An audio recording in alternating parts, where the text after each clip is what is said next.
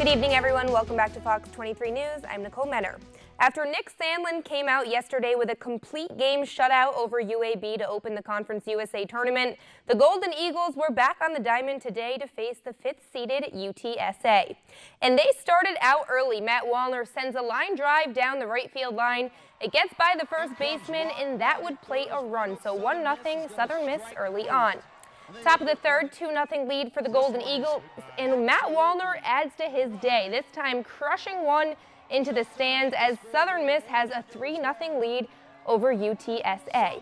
And with one out in the bottom of the ninth, trouble was brewing. Runners on the first and second for the Roadrunners, but check out this crazy double play. That's about as good as you'll see in college baseball. Southern Miss ends up winning it 5-3.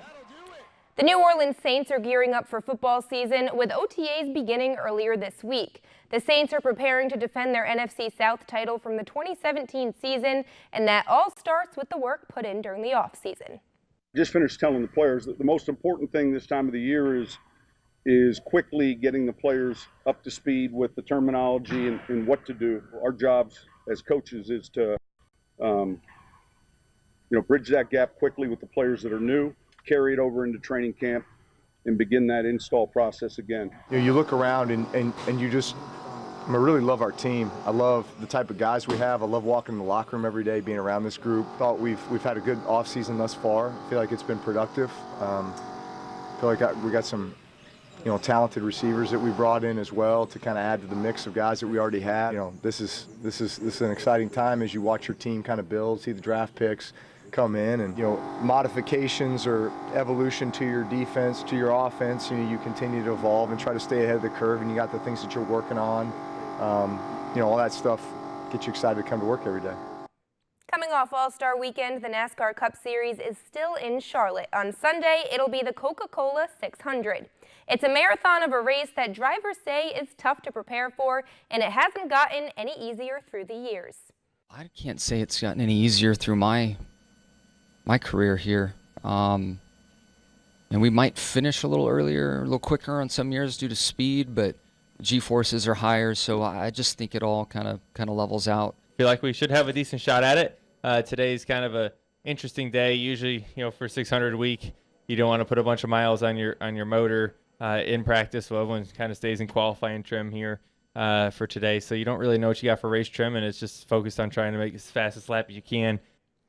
Kyle Busch captured the pole position, and the green flag drops Sunday at 5. Time now for your daily dose of NBA playoffs. Rockets and Warriors back in Houston last night with the series tied at 2 games apiece. And finally, we're getting some close basketball games. At halftime, it was tied at 45. See JT and JJ Watt out there enjoying it, and they were enjoying Chris Paul dominating last night, making some threes that didn't look like they should have gone in. He finished with 20 points on the night. Time winding down, Rockets up just 1. James Harden dishes it to Eric Gordon. He sinks it. He had 24 points off the bench. And the last chance for the Warriors, but they would lose it on their 17th turnover of the game. So the Rockets outlast Golden State with a 98-94 win, taking that 3-2 series lead. But the high from that win would dwindle today because the Rockets announced that Chris Paul will miss out on Saturday's Game 6 due to a hamstring injury.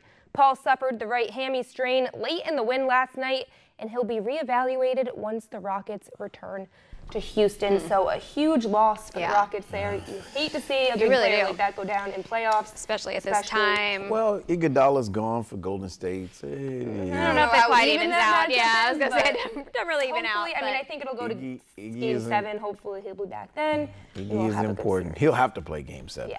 Meantime, I know you're rooting for Boston I am rooting tonight. big for Boston tonight. Thanks.